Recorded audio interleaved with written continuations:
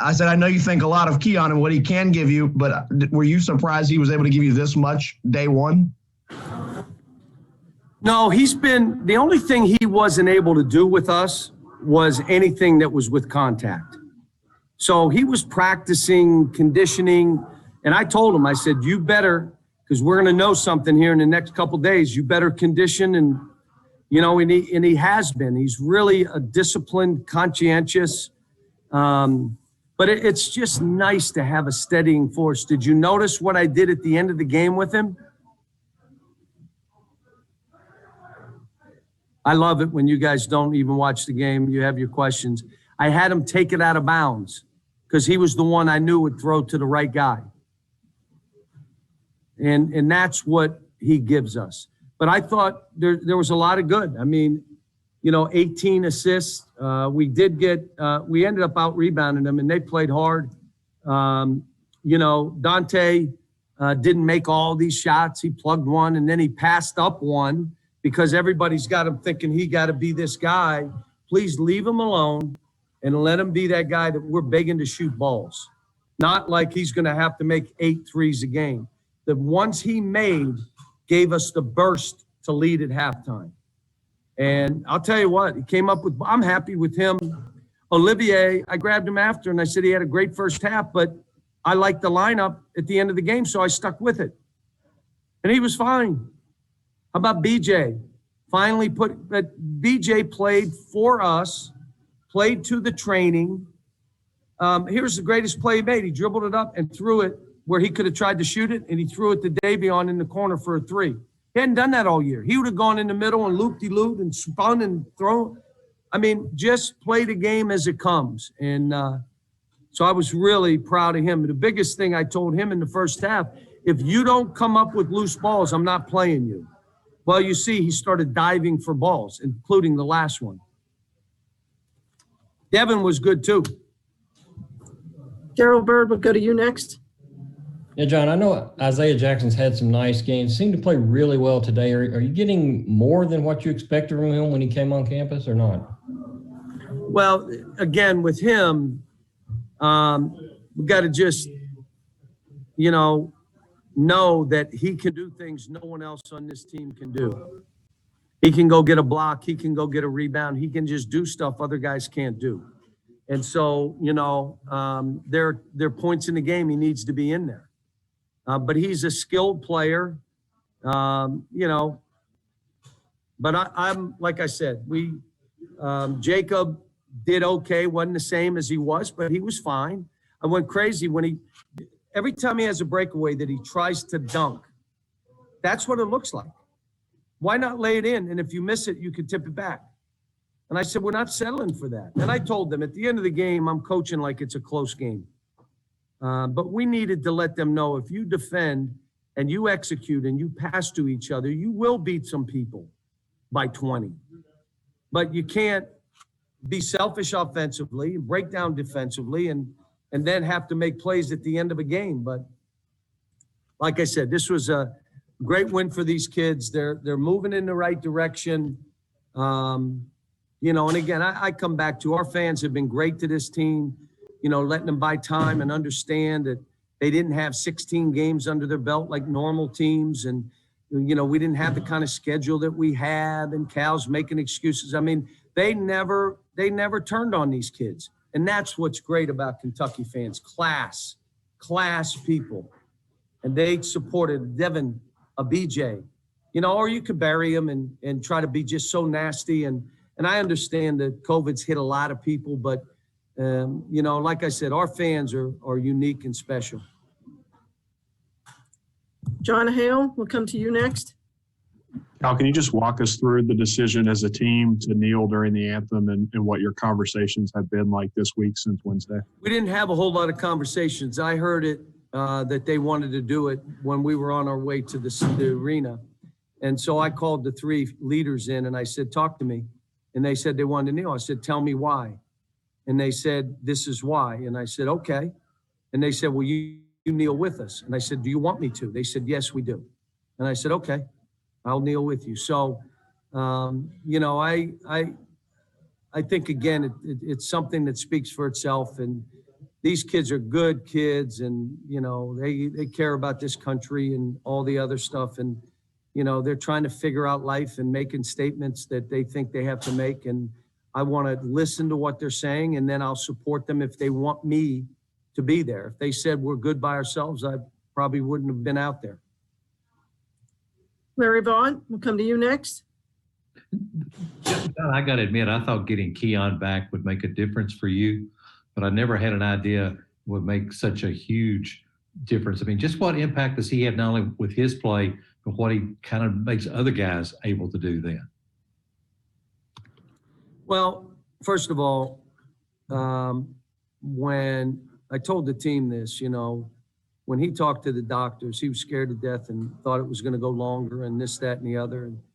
And hands were shaking, and he came to see me, and that, you know, they cleared him, and he and I got emotional. I hugged him, and I said, we got to figure out how we slide you in. He looked at me and said, Coach, I trust you. You do whatever you think is best for this team. And I told the team that. And I said, think of some of you. You get subbed and you're like, why'd he sub me? Think of you.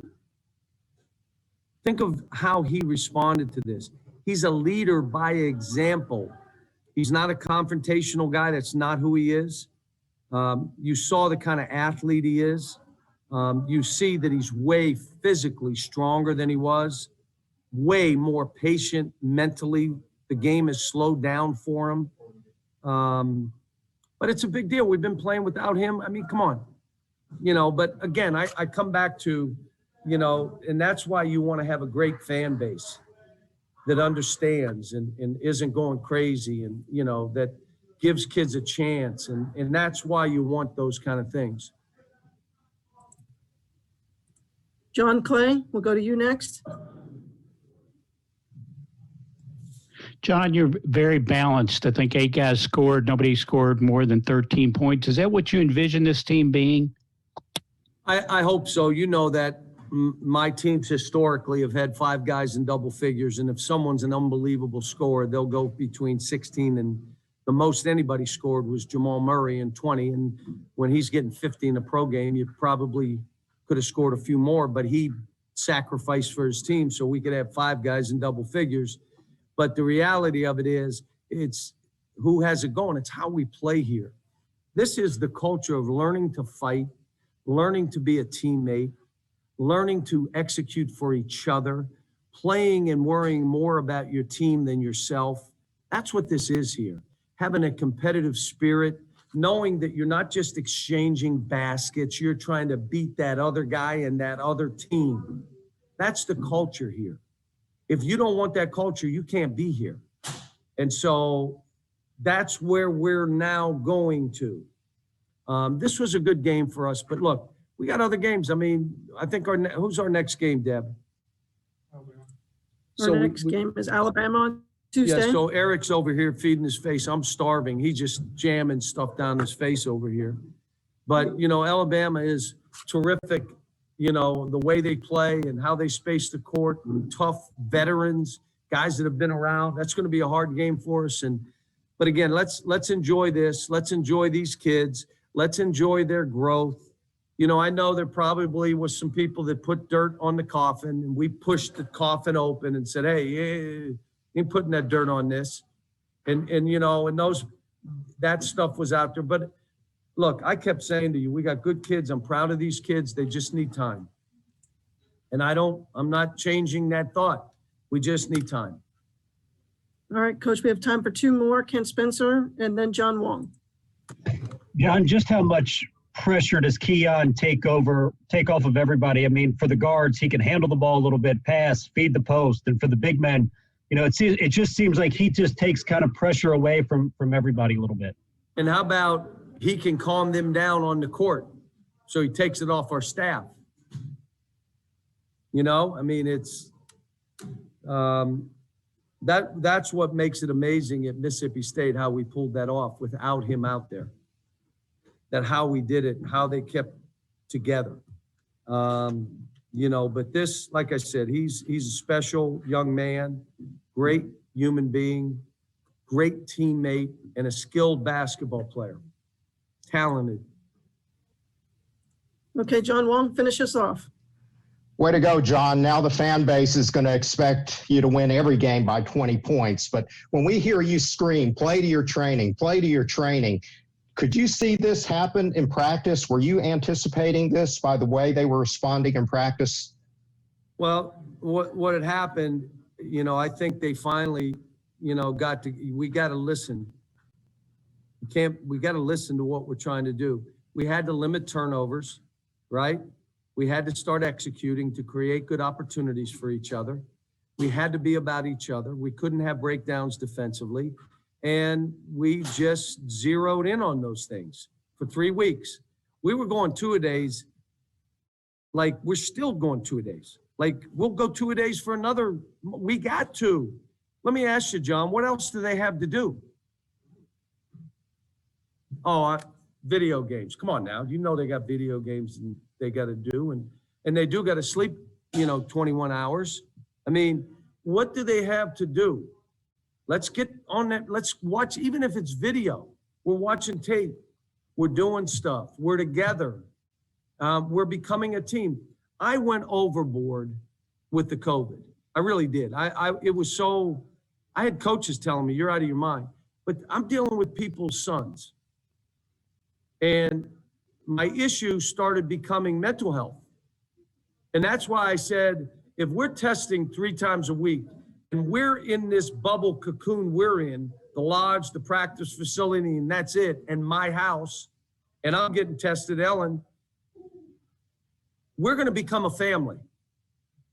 We're going to become a family. And we started saying we got to do more things where we're around each other.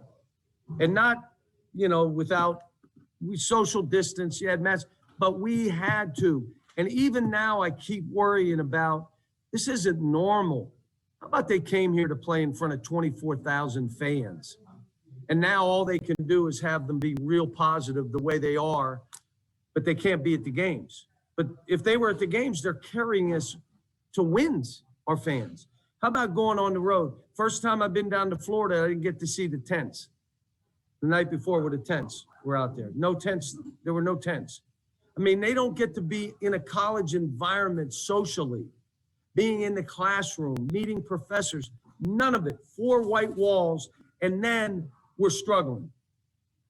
We have no real preseason. The coach put the stupidest schedule together, and I said it from day one, and if anybody wants to say complain, you say what you want to say. They didn't deserve all this of what position they were put in. But you know what? At the end of the day, let's see if what we did, maybe it was smart, but we'll see. Thanks.